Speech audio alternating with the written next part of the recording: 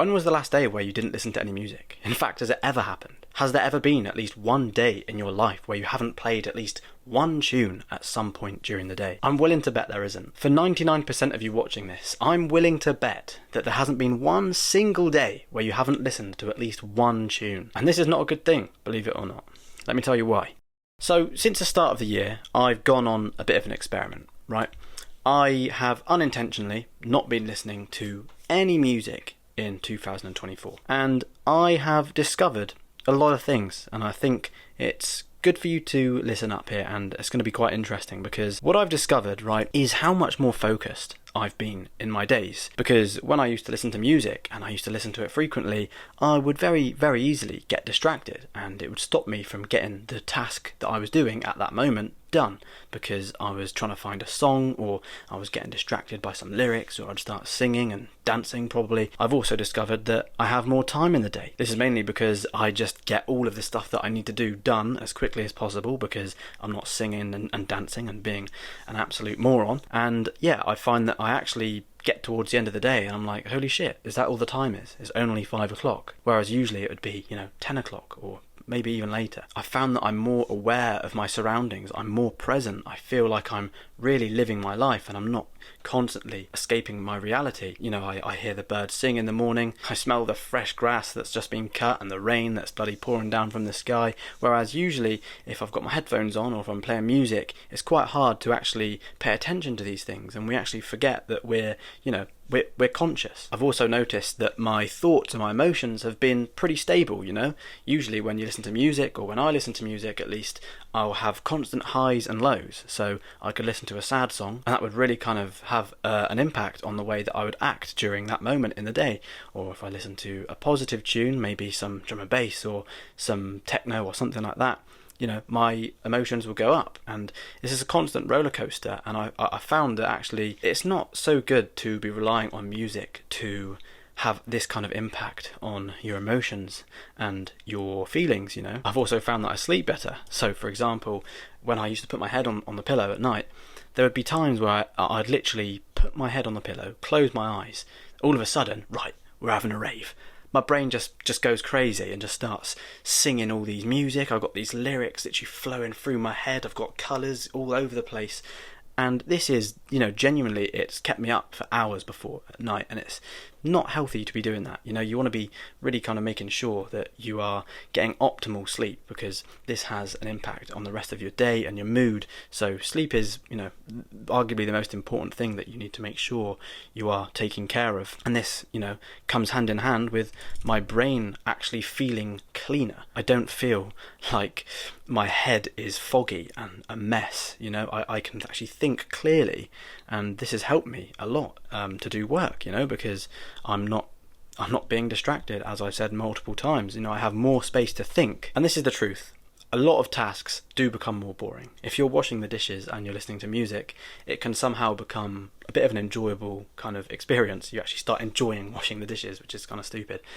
But I found that if you don't listen to music and you actually wash the dishes in silence, it kind of trains you to not need this constant burst of dopamine, and you actually just kind of learn to love doing the hard things. And actually I find that after I wash the dishes and I do it without listening to music, for some reason, and I don't know the science behind this obviously, but it just makes me feel so much more fulfilled, because it's like I've achieved this without the aid of, some cheap dopamine entering into my brain. Here I want to talk about why music is bad. The idea that music is inherently bad is subjective, okay? It largely depends on individual perspectives and personal beliefs, so it's not really, I don't really think it's appropriate to label anything as good or bad or right and wrong in life anyway. I'm not saying, to never listen to music ever.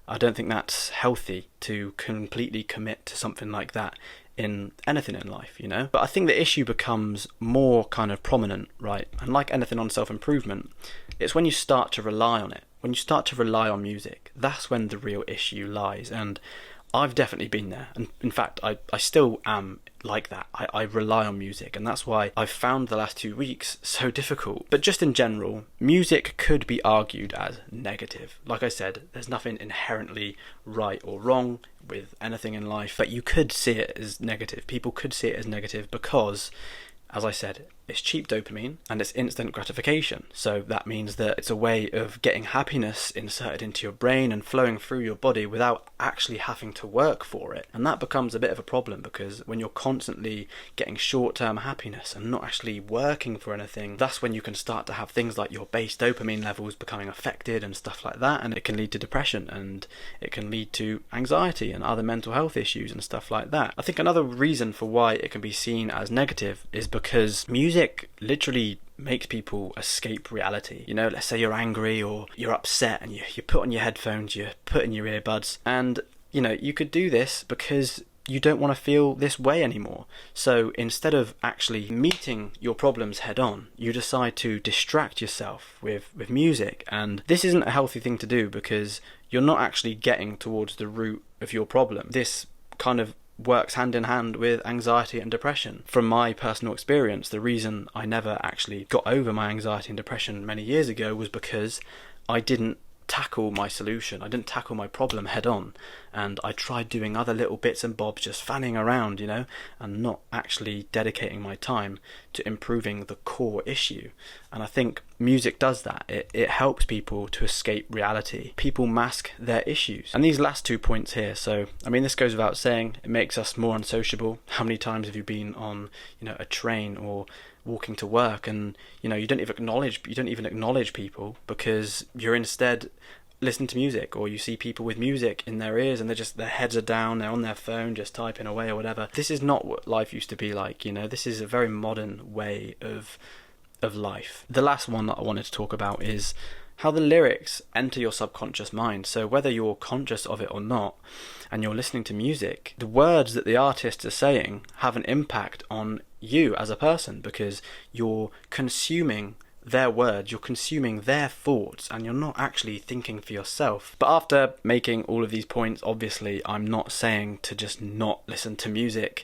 You know, if you want to listen to music, I think there are ways that you could go about it, or maybe even consider a little bit, because I think a really great way to do it, and I think something that we should all do more often, is to do it with intention. So instead of listening to music while you're trying to complete another task, you actually intentionally listen to the music and try to, you know, listen to the album perhaps, and actually brain pick what the artist may have been feeling at the time when they had written the song. I think there's something to be said that's not quite right, that we can just play any song we want at any given moment, because we're literally spoilt for choice. And this is why I think a lot of us get bored of music. You know, those periods in your life where it doesn't matter what song you play, but you just get bored of it. And I think not having so many choices would stop this from happening, you know. Another thing that you could try, if you absolutely hate being in silence, is to listen to classical music or white noise. So you could listen to rain falling down from the sky. I do that sometimes. It just really makes me feel peaceful, because I feel like this can uplift you without necessarily having to listen to lyrics and other people's thoughts. So yeah, they're just some ideas. Let me know what you think in the comments below. You can get my free muscle building diet plan in the description below. Believe you can, and you're more than halfway there.